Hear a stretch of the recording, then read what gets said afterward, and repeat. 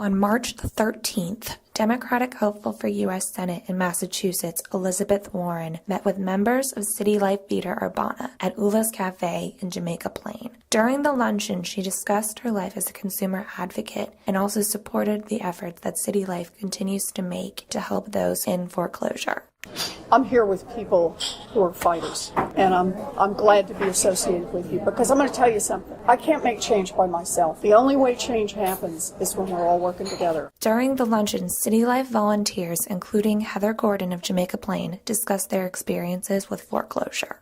Well, this company came in and said, well, there's enough equity in your property. We can refinance. We'll keep your interest rate. I was escrowed to maturity. I had enough equity to get cash out to put aside to continue to pay my mortgage and do some renovations. I went to the closing and signed all this stack of documents, and then I inquired where was the cash out. Checked the account, there was nothing. Called the 800 number, there was nothing. Heather had fallen victim to a predatory loan from Franklin Credit Management. She said her bank sent foreclosure notices addressed with her former married name. When she joined City Life back in 2010, they canvassed for her and they helped fight her court battles. And to this day, she still lives in that house.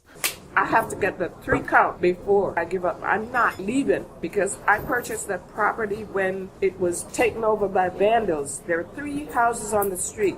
2 of them were closed, leaning on its side like the Leaning Tower of Pizza. And I got in there and renovated it. It took 7 months before I could get in. Now, I'm not going to let it go so that they can board it up and have it go back to where criminals are selling drugs in it. And when I got that property, there were 2 guns found there. I brought this place to where now it's desirable for outsiders to come in and kick me out. Gordon hopes that come November, Elizabeth Warren represent her in the state of Massachusetts. We can have you to represent us because right now we have no representation. I called the other fellow who is supposedly representing us, he who shall remain nameless. I've gone to Washington, sat down in his office for 6 hours along with other people from City Life. He dodged us. We brought him lunch. He could have ate with us. Sit down here and talk to us. People went over there to see him. So we came back, went down to his office at the Kennedy building. He wouldn't come out again. But he sent his staff aides and they sat down and acted as if they were really listening to the plight of his people.